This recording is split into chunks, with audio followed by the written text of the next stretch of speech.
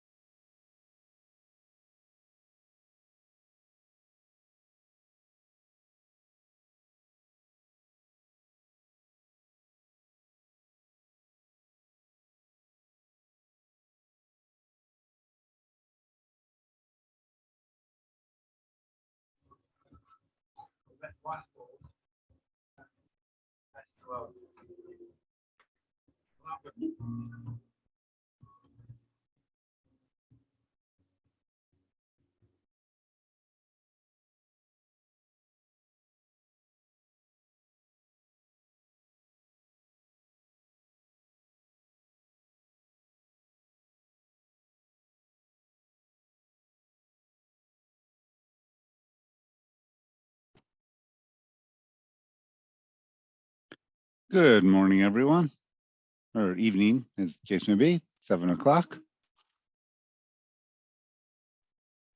And it looks a whole lot warmer. It looks a whole lot warmer where you are than where we are. Oh, it is. It was like almost 80 today. So I'm sitting outside right now. It's lovely. Thanks for rubbing it in. Yeah. I'd be sitting outside, but it's raining out. So as we're getting ready to get started here, if we can get someone who's willing to take the minutes for this evening. Any volunteers? I can take them. Thanks, Joe. I can pick it up our next meeting. I have to That's fine. to dinner with my daughter at 8:15. So No problem. I can take care of it. awesome. Thank you. I'm hoping we'll be all gone by 8:15 too. So Yes. I think we can be. It's a challenge. yeah.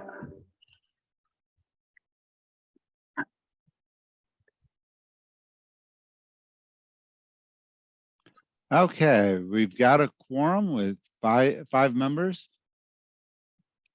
Of 9, I did hear from Lucy that she unfortunately will not be able to join us this evening.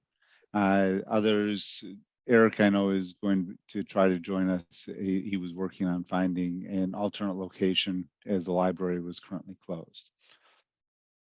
And Bob is probably going to be off camera as he is recovering. We wish you a happy and quick recovery, Bob, as from everything that you've been going through.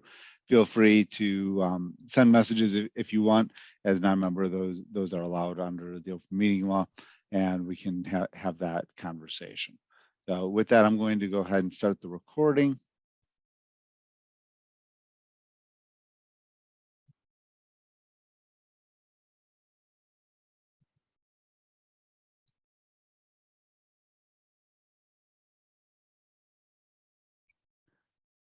Excellent. So calling the meeting order 7:03. We have a relatively straightforward agenda for today. First thing is public engagement. Seeing no one from the public that is here, we'll skip over that. If someone joins, we'll revisit it at that point. So we have minutes from December 5th, 2022. It seems so long ago. It's talking about something from last year. So happy New Year, everyone. Welcome 2023, the year that we started getting bylaws passed and through everything. So I expect that we will have some fun doing that in likely April, May timeframe, and again in November. So the first thing that we have to do is the minutes from our last meeting, December 5th, 2022. Did everyone have a chance to get access to the minutes themselves? Yeah. And do we have a motion to approve the minutes, and we'll have a discussion on it? So moved. Okay, so Ann's made a motion to approve the minutes. Do we have a second? I second. Joe seconds and takes notes that he has in fact seconded, because he's taking the notes. I am. Okay, any discussion on the notes themselves? First, Tim, thank you very much for taking detailed notes. Much appreciated. They seem to have all of the required elements, which is who was at the meeting, the time of the meeting, the location of the meeting, the topics that were discussed, and the votes themselves, and the fact that it was done by roll call. Any feedback on the minutes? Okay, with that, we've got a motion to accept the minutes as presented and duly presented. So with that, I will do a roll call vote based upon the order in which you are presented on my screen. So with that, Anne, Yes. Joe, Yes. Kevin, Yes. Tim, Yes. and myself, yes. With that, unanimously approved. Excellent, thank you. So as you may have seen in the location where we're keeping the minutes themselves, the administrative updates that I do when minutes are approved is I just add a footer to the document stating when it was actually approved. And then I send a copy of it to 2 locations. I send one copy to Sherry Dalton, who is the executive assistant, so that she can get it posted to the website so that people who may be interested in what we're doing have the ability to read the minutes. And a second copy goes to the town clerk, as the town clerk is the designated records officer for the town, so that if someone actually puts in a public records request, she can pull those minutes quickly and probably address the records request without having to get us fully involved, depending upon what the records request is for. So that's what happens to the minutes themselves. With that, item is now clear. With that, we've got reviewing of the bylaws. We've got 4 chapters on deck for tonight. I had, for the time being, pulled some of the other chapters. They are likely to come back. Chapters 9, on which it deals with the general governance, along with chapter 36 meetings. I have seen some discussions that, and been a part of some discussions that people have had where there's proposals to, at least for us to discuss some different things that may impact both governance and how town meetings are run and so forth. Some of those in anticipation of having the ability to have remote access and so forth. Specifically, some of the discussions that I've been a part of involve enabling and increasing access to town government and participation in town government, just as we're having remote meetings, allowing hybrid meetings, and prepping things so that if state law allows for hybrid meetings for things like town meeting, we have processes in place. The goal here is I think all positive in nature, and I'll as I've got more detail on that, we can have more substantive discussion. I'll throw it back on the agenda. Okay, so moving to chapter 100, cemeteries. I'll share my screen here.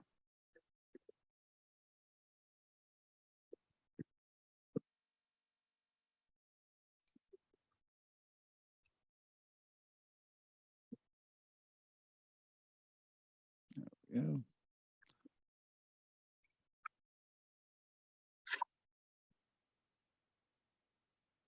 Okay, is everyone able to see my screen? Yep. Excellent. Okay, chapter 100 is on cemeteries. There's really only 2 sections to this. The first one is the funds for Forest Glade. And the purpose of this is just to handle the cemetery itself. This was the changes that were done about 5 years ago were largely administrative to make sure that it was consistent. I believe there was a change of state law, and we wanted to make sure that was actually done to be consistent with it. Any questions or anything along those lines? Without Tom Mullen here, obviously our ability to get legal opinions on these matters may be a bit limited, but I have no problems sending any questions that we have to Tom, and he could answer it at our next meeting. Section 100-2 was added in 2007. No crematorium shall operate within 1,500 feet of any residence within the town. And this actually greatly limits where a crematorium could potentially exist. This was put in for those who've been around town when there was a consideration of allowing a crematorium over at the cemetery that is near the Veterans Field. And this was passed by town meeting to make sure that a crematorium would not be close to houses. So it keeps it in an industrial section of the town, should a crematorium ever decide that they want to exist within the town itself. It doesn't actually ban crematorium. It makes it, from a practical perspective, impractical to operate as part of any of the existing cemeteries. That vote was like the garage next to Brightview for free for the town. That vote had so many misfacts and misstatements. It was awful, by the way, the fact that that bylaw got passed, but that's neither here nor there. The sordid history of our town when 5 vocal people misstated facts to get something passed. But these two are fine as standing. Other feedback, thoughts?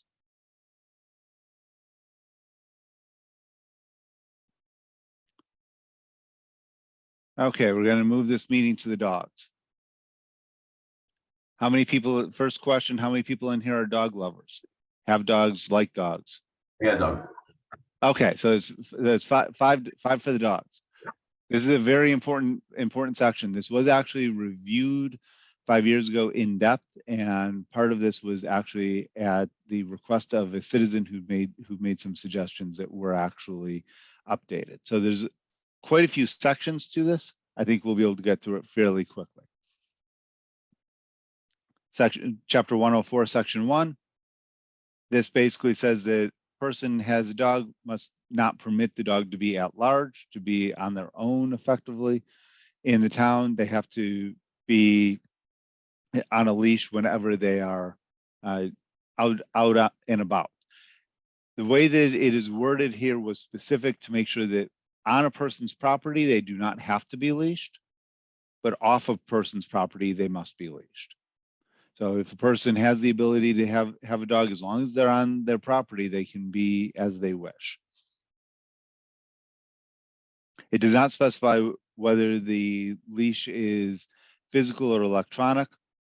The key being that the leash, from an enforceability perspective, does have to be able to be visible by the enforcement officer and be consistent by the enforcement officer to actually have an effect. So an electronic leash tends to be fine for personal property, not outside of that.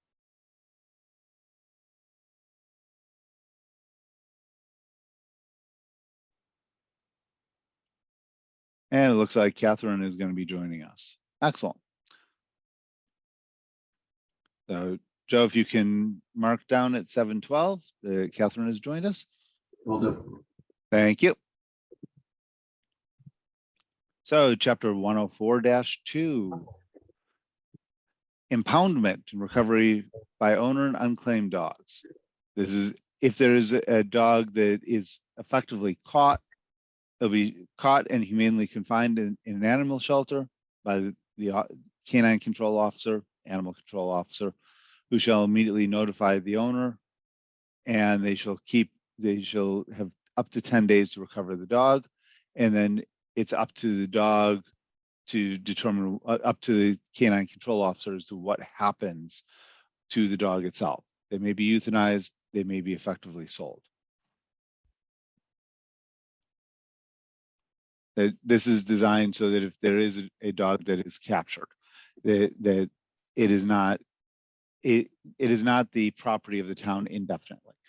One thing that is unique to Wakefield and Saugus specifically, is that there is one dog pound in the entire Boston metropolitan area that is municipal. That happens to be the Wakefield Saugus pound. And I'm not sure if it's still run by the former animal control officer or not. I'm not sure if Ken is still running it, but he used to donate tons of time to making sure that the animals were always well kept. He would go there several times a day, and he really did work very hard to make sure that the dogs in both communities were able to be taken care of. So that facility is still operational, but this gives people 10 days from the time that a dog is recovered until disposal of some sort. And it gives the disposal to be, that determination is by the canine control officer or anyone that he delegates that authority to. Any questions on 104-2? So among the questions that has come up over the time is 10 days an appropriate amount of time? Should it be extended to 2 weeks? Should it be shortened? I have not heard from the current animal control officer on this. Prior one said 10 days was longer than he ever had to worry about a dog that was actually known to be in the pound. Of course, recommendation is for all dogs to be registered, all dogs to be microchipped. Canine control officers shall issue warnings. It's interesting because it talks about they're the ones that prosecute a complaint. Ultimately, I think the language of this is that's the person who would initiate the complaint. The complaint would then ultimately be handled by the town itself.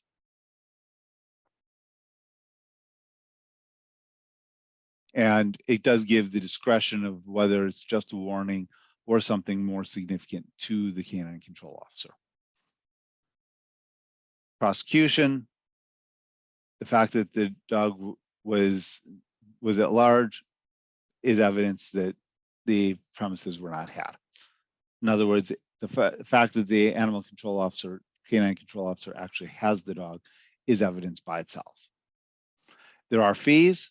These fees are extremely low, and the intent behind this is so that there would not be any sort of significant fees to dissuade a person who's responsible for a dog from getting the dog back. So that's the reason why the fees, they seem to be really low, and they are. And the idea here is that it is low enough that it's there.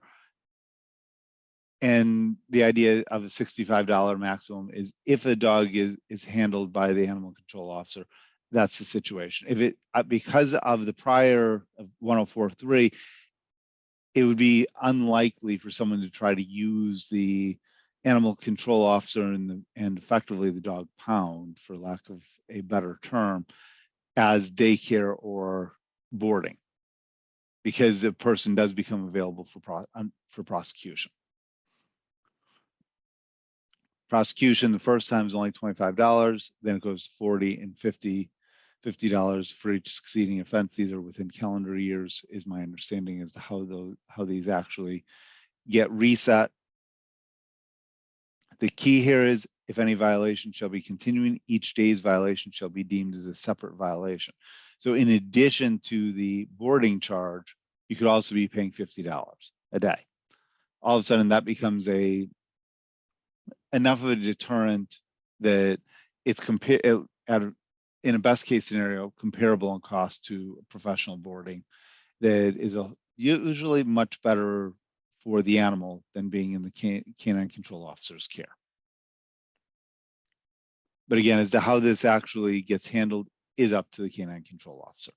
And the idea being they can handle it on a case-by-case basis.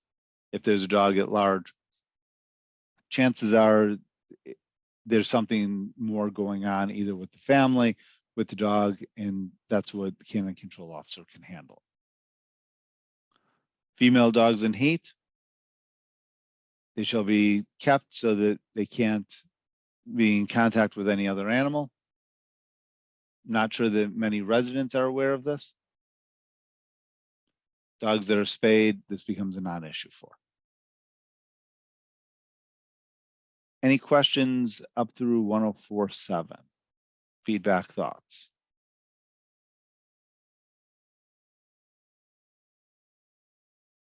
Again, we could, very easily justify increases in violations and penalties or the boarding charges, especially where things like food and so forth probably exceed the cost of the boarding charges themselves. But the core idea here is to not be punitive to people, especially if the dog gets out and and ultimately ends up in the care of the canine control officer, and a person may not realize it. This does happen. I think just some historical perspective, very rarely do we ever had to move to prosecution. Once in my experience in over 10 years did that happen. So the goal was really to reunite owners with their dogs and to help with any issues that might be. So I think these are good parameters, and I know that the canine control officer really wants to do best for the animal and support the owner. Thank you. Quarantining of dogs and other animals. This is one that was updated and is significant. Any dog or other animal that bites a person shall be quarantined for 10 days when ordered. This is specifically done to, if there's a dog bite, to make sure that the dog does not have rabies, and to give time to find if there is a rabies vaccine and do rabies tests if necessary. If a person gets bitten with rabies, there is a course of action that's taken. It is extremely painful. It does work, but it's extremely painful. So this is significant. The other aspect of this is that the canine control officer can order any dog to be quarantined when a bite occurs anywhere in the town, because that would give the canine control officer the ability to help determine if that animal is dangerous or not. It doesn't necessarily determine civil fault, but it determines whether the animal is potentially a dangerous nuisance in the town. And so far, I've not seen where this is a problem, but it can help if there are dogs, especially if they're trained to be particularly vicious or been trained to bite, to have the ability to have the animal control officer intervene as may be necessary. Animals suspected of being rabid. No one shall kill an animal except for if after the animal has been placed in quarantine and the diagnosis has been made. What this is designed to do is to prevent someone from going ahead and saying, oh, that dog has rabies, and requesting a police officer or animal control officer who may have a weapon to shoot or harm an animal just on the suspicion that they have rabies. And if there is rabies, then the animal shall be euthanized in a humane manner.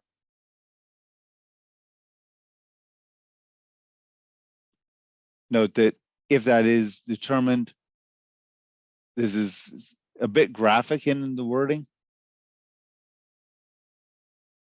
but it's to make sure that there is the ability for pathological examination. I don't believe that it requires actually full decapitation. It's the matter that needs to be determined. But I believe it gives the option for that if necessary. As to borrow words that Tom Mullen would often say, this would be more directory in its nature than mandatory. By the way, animals suspected of being rabid only applies to non-humans. Just saying. Okay.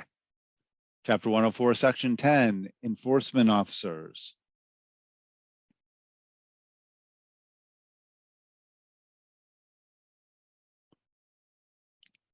The animal control officer shall have police powers in the enforcement of this chapter.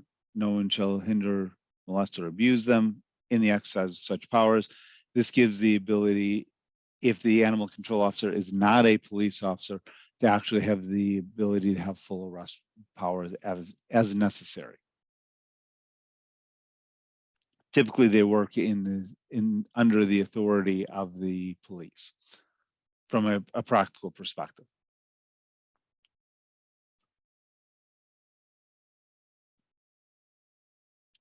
the identification tag. Over the last week or so, you've probably each received your annual census. At the bottom of your census form would have been a form to return back to the town clerk that allows you for very easy registration of the identification tag for dogs. Dogs are required to have identification tags, not animals, not other animals, not cats. When it comes to cats, I think people need the identification tags because I think for cats, people belong to cats, not the other way around. But for the dogs, every dog must have a tag on it at all times when it is on town property. There's something that I know that there are some owners that don't think that their dogs need to have collars or anything. It doesn't really matter how the identification is worn, but it must be worn at all times when they are off the premises of the owner.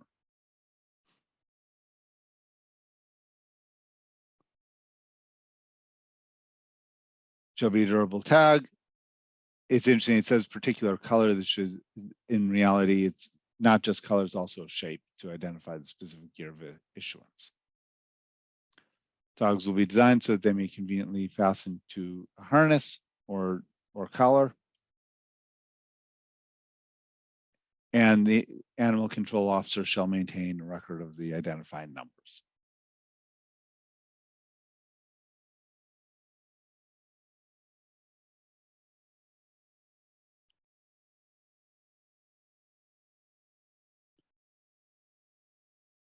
Any questions on these pieces?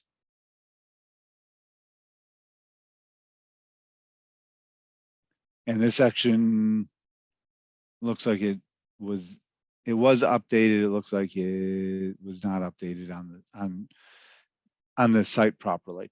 So when we get to 113. So 104.12 nuisances. This is affected. This one is significant to make sure that if there's a dog that is truly a nuisance in town, that there's the ability to actually have nuisance animals addressed, even if they are only existing on private property.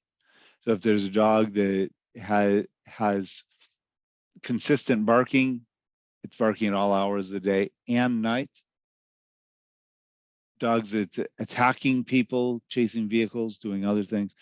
And the key word, habitually attacking people or other animals, not just one-time incident, or it happens to be going upon school grounds or other property, it has the ability to have a nuisance. The reason why that's significant is that once it's a nuisance, then the town can address it under other laws as well and can go after the owner of the property and the owner of the dog as holding a nuisance, potentially even having the dog held it as may be necessary to evaluate it.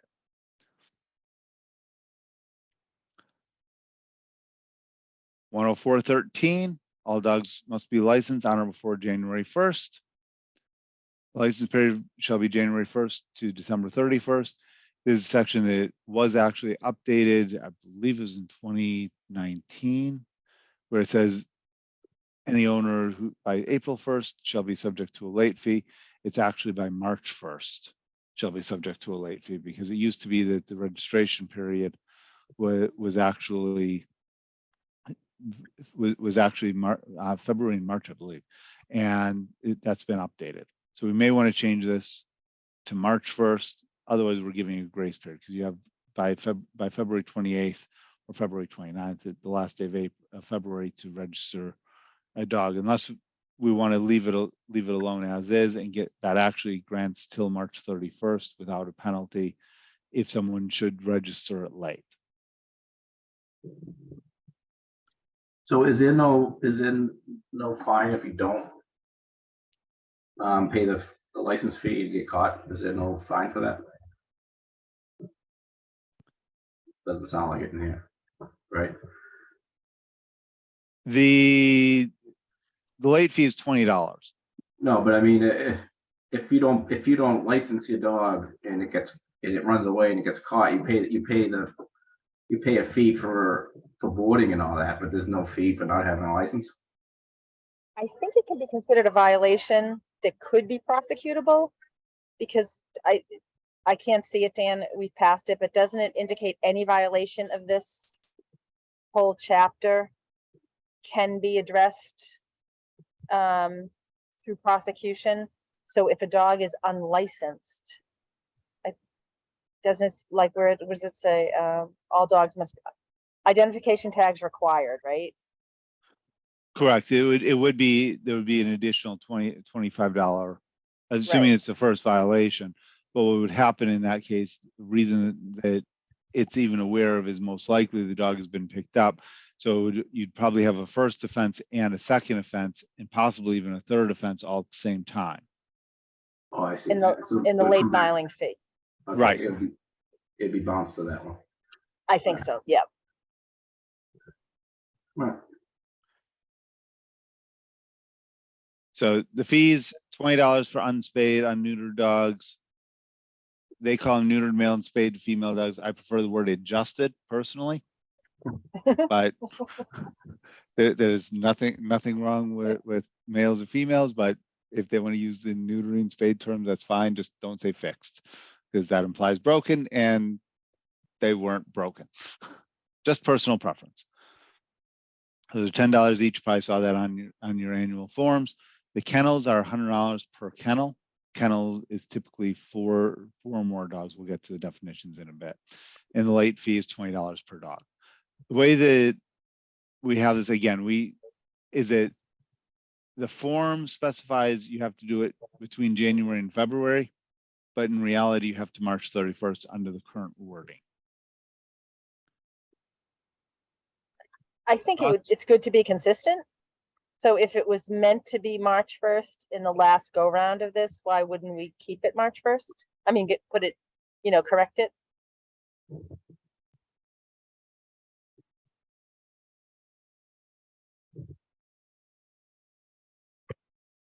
Well, where does it say March 1st? Is it somewhere else that say March 1st, or is that just how the town clerk has been handling it? I believe it's actually how the form. town clerk has been actually enforcing it. It has been handling the registration forms. Was it supposed to be March 1st, Dan, 5 years ago when this was addressed? It just never got updated? I don't recall offhand I remember there was a discussion. It used to be April 1st, and I believe we just at the time said, let sleeping dogs lie. Oh, Dan? Dan, Yes, can you hear Bob. me? We can hear you, Bob. Yeah, it's difficult for me to speak, but there's a few problems with this. Back in May 2018, under Article 24 of the town meeting, there were a lot of changes made. March 1st was not added at that time. But for instance, Canine Control Officer was changed to Animal Control Officer throughout this section. The section 104.5, the $5 was replaced with 25. The 65 was replaced with 265. In 104.6, the fines were $50, $200, and then $300. I don't know if that's correct now. The word humane officer was removed or deleted. At both times it appears in 104.10. Before the words habitually attacking in 104.12, the word biting or was supposed to be put in there. These were all things that were approved. I'm looking at Betsy Yep. Sharon as the town clerk signed these after they were approved on May 15th, 2018.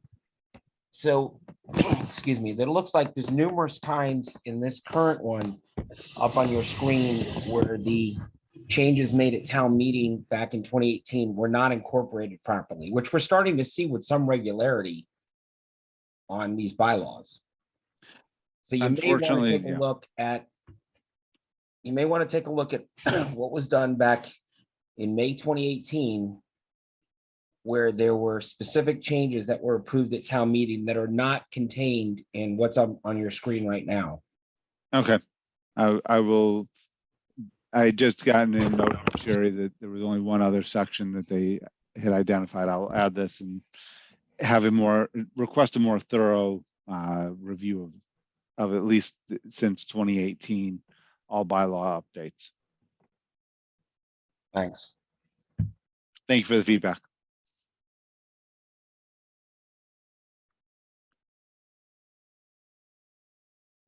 And I do remember specifically the addition of biting being added for the section of a nuisance dog. That way, if a person is bit, that by itself is definition of being a nuisance. If Bob says this, I remember the fees being much greater, as he suggested, because Yep. we had an incident where I recall talking about those fees for the secondary offenses, not the licensing, but the, if a dog was an issue. So that does make sense, that we're just not seeing the updated language that was passed in 2018. It looks like we see some of it, but not all of it. Right. So 104.14, this is a very important one. This is the most polite way I've ever seen this described. Solid waste excretion.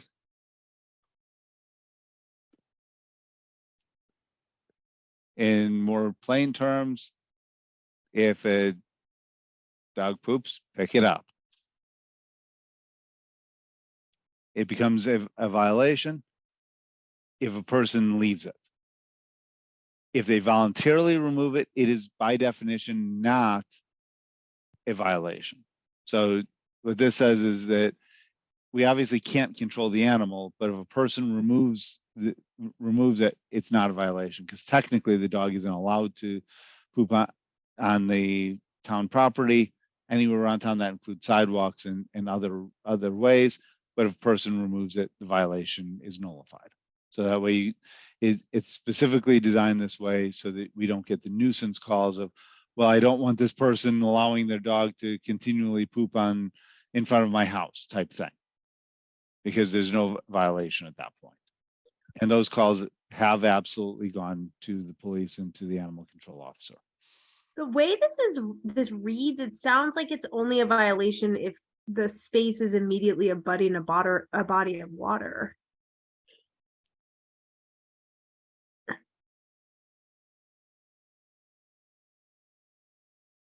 Is that what's intended? Or do we intend to make it a violation if it happens on any public space, regardless of whether it's abutting a body of water? It should be for any public space. So I wonder if we should take out the language about abutting the body of water.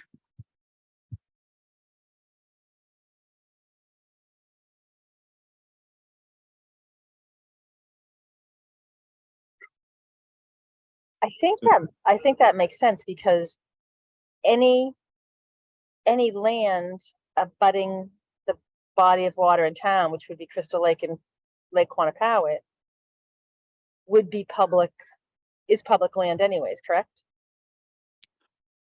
I believe the town owns the entirety of both Right. both lakes.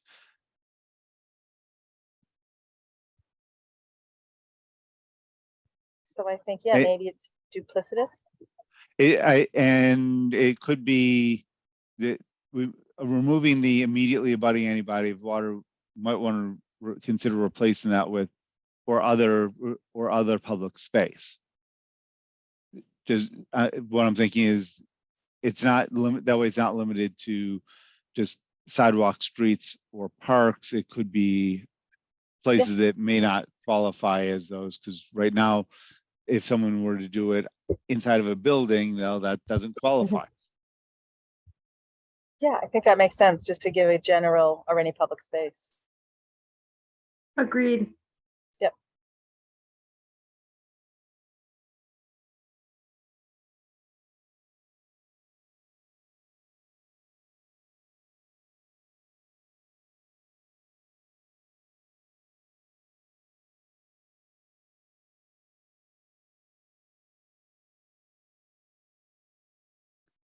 Other feedback, thoughts?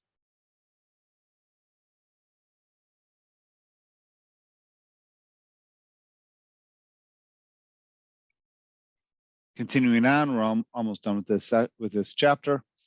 Severability.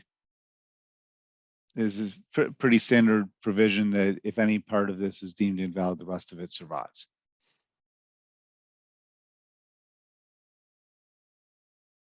The definition, some of these were updated, which is just curious as to what gets updated and what doesn't in the system. It all has to be done by hand. So if someone thinks that there's an automated process for it, there isn't.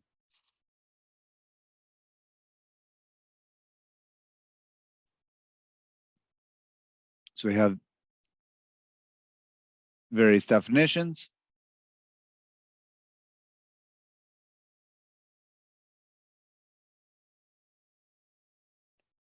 One of the things that is interesting in here is that owner or keepers must be adults. You can't designate a child as an owner or keeper of a dog.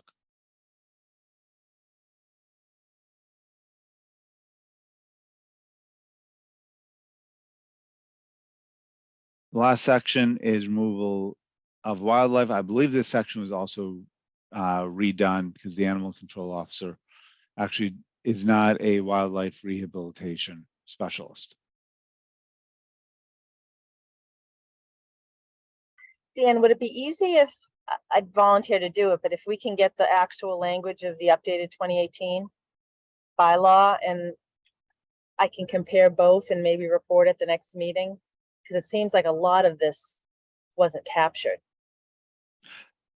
Sure, my recommendation would be, and I kind of wish Eric were here to hear this, is probably to go through the annual report to see Okay. what was actually approved at town meeting.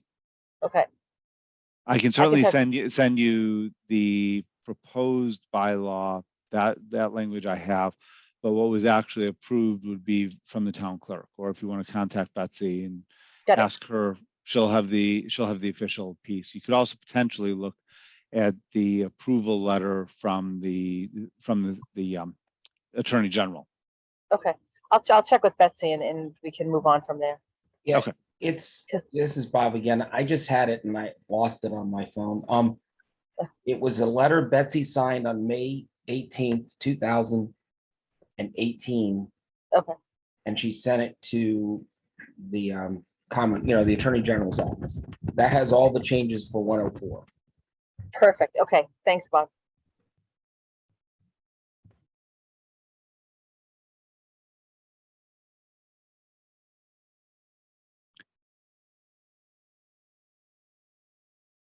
With that, any other comments on 104? Shall we move on to 108?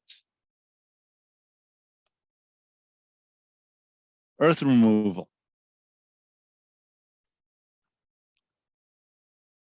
This section was also updated in 2018.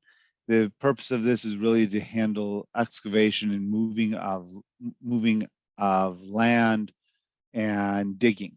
So that's the real purpose of this, because it had been an issue in town where people were actually doing digging and creating problems by changing the landscape. So removal of any parcel of town land shall only be written after a permit. And this also includes from any parcel of land not in public use. So what this says is that a person, even if they own land, they can't just dig it. They can't create a pit just because they want to. That you may or may not be following some of the different issues in town, but this has become a problem in a few instances, not many, but a few instances where people were doing things on the property inappropriately, and this gave the ability to have some enforcement. If a permit is not required for any parcel of land that is already in operation when it's adopted, provided that it's actually continued. This is specific to a couple of businesses in town where they actually regularly change the sand and gravel on their property, namely concrete plants.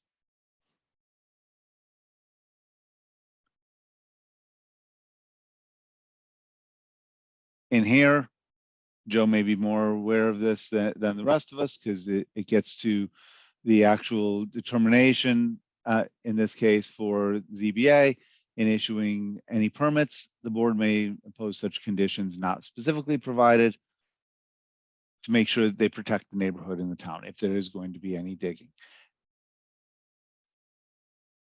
An example of where this will probably become a very real issue and we will actually see a permit being needed, as I see it, and Joe, you'll probably see this one come before you on the ZBA side, is for the structures and the changing of the landscape that the WMGLD just got passed at the last town meeting. So when they go and they try to make the changes so that they can put in the energy park, this particular piece will become effective because for them to actually change the land will to actually put in the concrete and so forth that will be required for the batteries and so forth. This particular section will get will be affected. Yeah, I haven't seen anything like that yet, but. Sure. You haven't seen it, not yet. Yeah. There's gonna be some time there. First, we have to get schools approved and figure out what's gonna happen. Then they actually have to buy stuff, and that takes about 3 years. That's good. We have enough on our list anyway. And we'll add a few more things. Any questions on 108.1? Removal of soil or loam.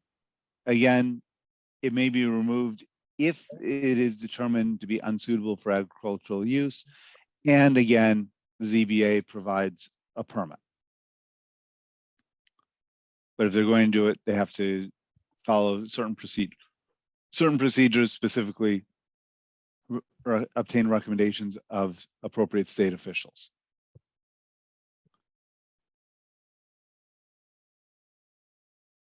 And this is again designed so that you don't have a parcel of land that has really good soil and someone doesn't buy it, just scrape the topsoil off and sell it.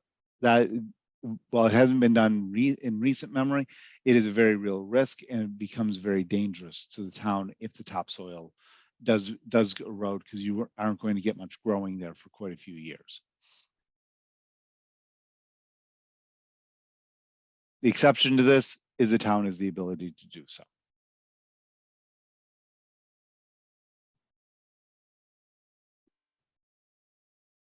If anything's removed within 300 feet of any land, it can only be done by the board after, will not cause any damage to the neighborhood. Again, trying to prevent people from just taking the soil, especially in parts of the town where the soil is particularly good.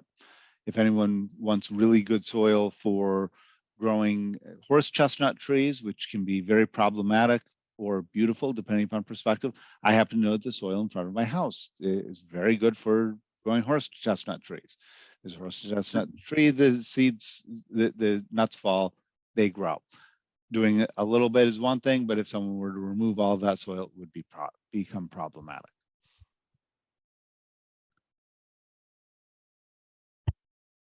And violations, again, graduated violations is similar to other sections, and every calendar day constitutes separate violation.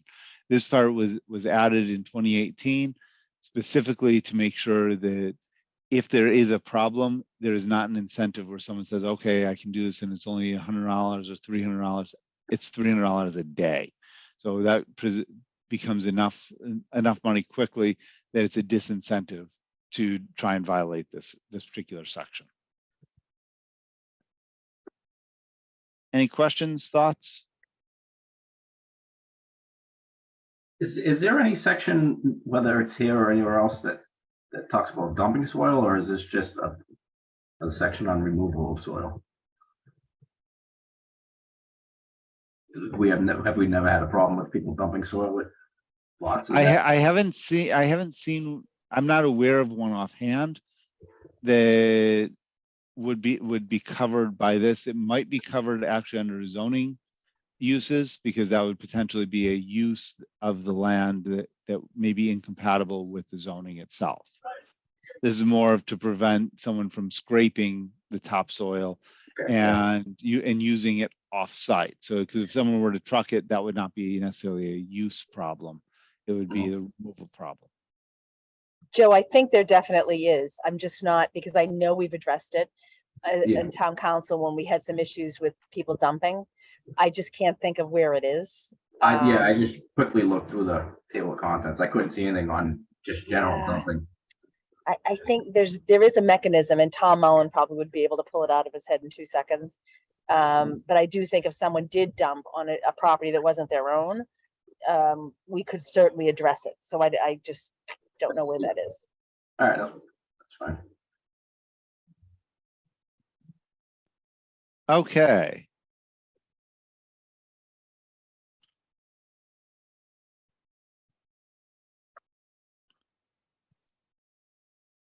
Any other questions on this?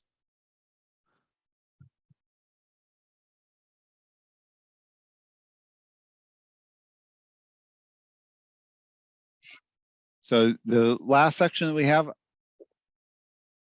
actually, I don't believe has been updated here quite yet. Well, it's supposed to be. Yeah, it has not.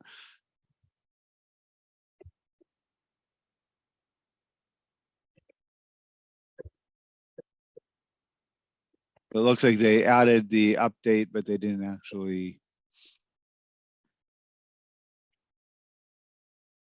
update the bylaws themselves. So chapter 175, 8 and 9, streets and sidewalks, snow and ice. As we've each looked outside of our windows and being the exception at the moment, you've probably noticed that at the moment we do not have any snow or ice this year. There was minimal last year. We can hope for a light winter. The budget would certainly appreciate that. So my recommendation, where we haven't had, this is not particularly easy to read by itself. We can read this section. We'll want to defer it to the next meeting. I think that it becomes a little bit easier for people to understand when you can think about it in context of a recent storm. But you're welcome to take a look at E-code, read the actual update for section 1 for chapter 175 section 8 and 175.9.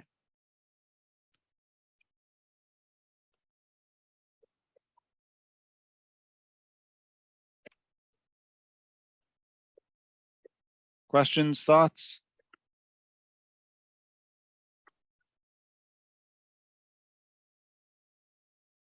Where Tom isn't here, I'm going to jump over item 5, the update on professional assistance. I haven't heard as to whether the contract has been approved and the signature approved yet, so that we can move forward with the recodification. I know that from the last meeting that they were going to have discussions on that probably in the next few weeks. This brings us over to item 6, upcoming dates. Possible next meeting would be February 6th, which is a Monday again. And that would be the first Monday in February. Our next normally scheduled meeting would be on January 16th, but that's also a state holiday. So that will push us to February 6th. And then the following meeting, we'll have to figure out what we want to do, because February 20th is also another holiday. So that we're getting hit by pretty much every possible holiday the town council spared this year. Usually the town council gets at least one of their first few meetings of the year impacted. This year they are not. So it's falling on to us. So February 6th, anyone have conflicts with that as of now? And that brings us to the second meeting in February. February 20th is President's Day, which as we know is a state holiday. The next day would be February 21st. I don't know if there's going to be a conflict with other items on that day.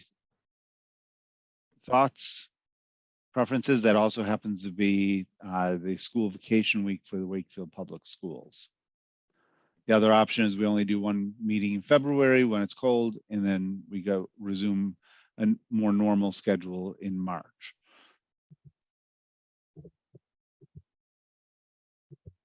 Yeah, I'm fine with that date, but it's up to everyone else. Unless you want to skip Yeah. the whole month. That's fine. What, either way is fine with me. I'll be out of town on February 20th, so I wouldn't be able to attend that one if we do keep it to that date. Well, February 20th is a holiday, so it'd be February 21st would be the possible alternative, just moving it forward a day.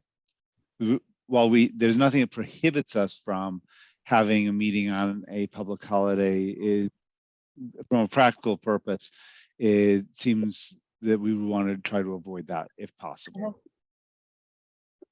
I would still apply for the 21st for me. Okay. I think the 21st would be fine for me. Fine for And me. okay. Yep, I'm good. And it'll be in a nice cold place on February 21st. Yes, I'll be back on Converse Street, February 21st, not in South Beach, Miami. So for those of you who didn't know, yes, Anna's joining us where it's like 80 degrees, not So nice. not drizzly and rainy and 40 degrees. Right. Not that she's making us jealous by being outside without any jackets or anything in this meeting. Right. Not that would happen. No, I heard they not had at a cold all. snap. I heard they had a cold snap down there. They did last week. We completely missed it. Oh, So that's a yeah, shame. we were on the beach all day yesterday and today. It was lovely. Okay, for February 21st, I will also ask it to see if Tom Mullen can possibly join us for that meeting. If he cannot, we will be approximately in the time getting ready for the April and May town meeting.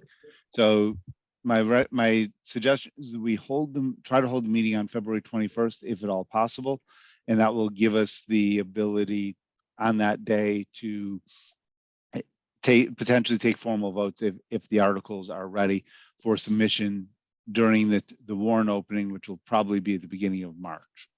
So the town warrant will probably be open somewhere in February and March for the April, what will be the town meeting at the end of April. So that's part of what's just driving this, so we can get a couple of initial articles ready for this town meeting.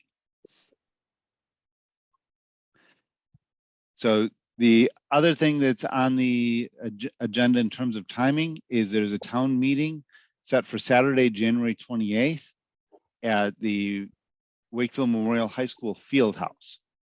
So I alluded to this a little bit earlier in the meeting itself. That town meeting has now been called. When the agenda was set up, the meeting had not yet been called. It has now been called. Well, we could have submitted something. I suppose we probably could by the end of tomorrow, I think is the closure date. I don't think it makes sense for us to submit anything for that special town meeting. One of the issues that has come up, and I've heard this from a few people, is the fact that this town meeting is actually being held at the field house and not at the Galvin is causing angst because the field house is much harder to get to. There's no public transportation. There's inaccessible parking if there's a way, if people are having bad weather, depending upon what's going on. The available parking that doesn't involve a lot of walking is very limited. So it's something that by bylaw, we may want to consider a possible, not a prohibition from using it, but to make sure that there's good cause if town meeting is going to be in a location other than the building that was specifically recommended for that purpose. So that's where part of where this does impact some of our other conversations going forward. Otherwise, we are supposed to be there as town officials. If you can't attend for any reason, please drop me a note with a reason as to why you can't attend, just so that I have it for records. And in case someone should ask, why is the town official not there, which they have the ability, the right to ask under our charter. And that way I can at least have something to say, yes, there was a reason. I don't consider myself to be appropriate to judge what is a good reason or not. So as long as there's a reason, then that should happen. I currently anticipate that the town meeting will only have one item on it, which is the discussion of whether to submit to the voters an item on a possible debt exclusion for a replacement of the Wakefield Memorial High School. So if you haven't been to the other town meetings recently, this one will probably be relatively short.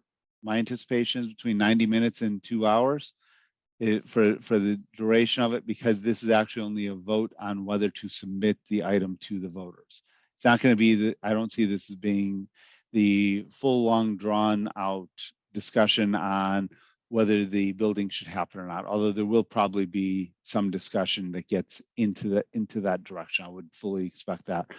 As you attend it, please pay attention to what's happening, especially as we've already reviewed chapter 36 on meetings, and see if there's anything that comes to mind as to how we can make the meeting run either more smoothly or be more effective, to make sure that everyone has the ability to have their voice heard.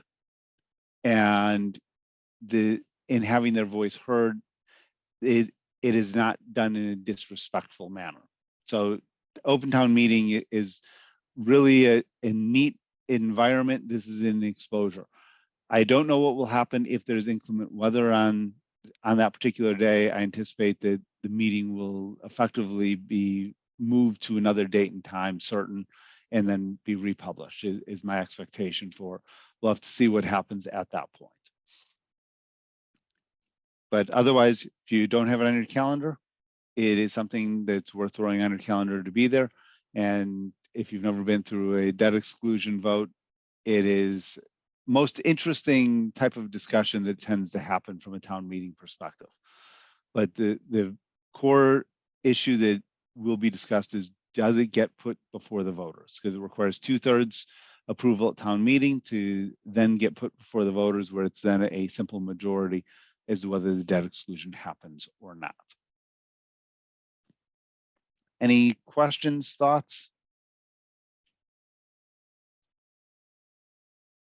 And all of that without expressing opinion on the underlying matter as well.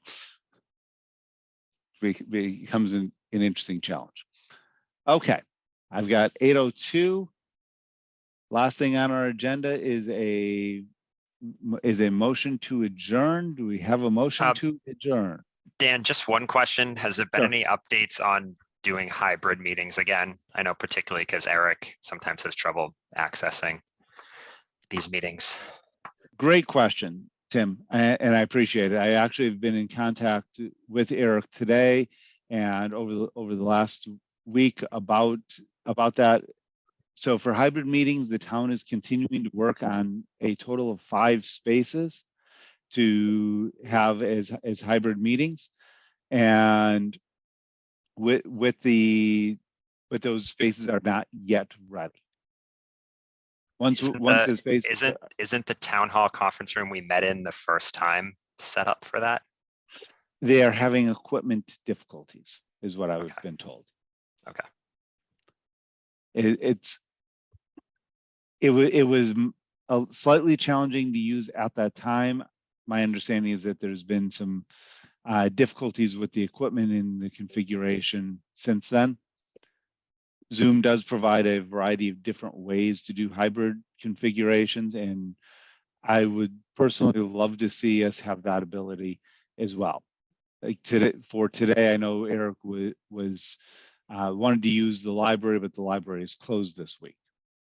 So that made things a bit difficult. I was hoping that he'd be able to join us by telephone or other means, but apparently that was not something that was able to be done, which is unfortunate. So it is something that I am in continued conversation with Town Hall on, and I'm trying to nudge them to get things done.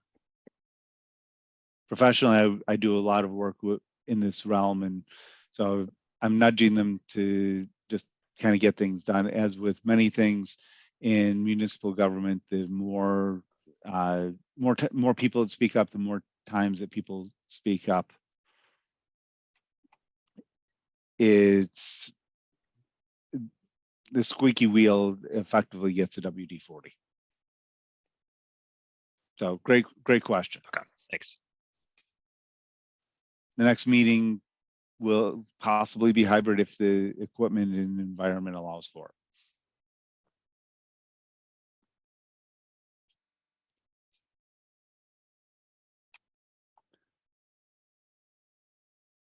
Other items, questions, proposals for future agenda items? With that, motion to adjourn.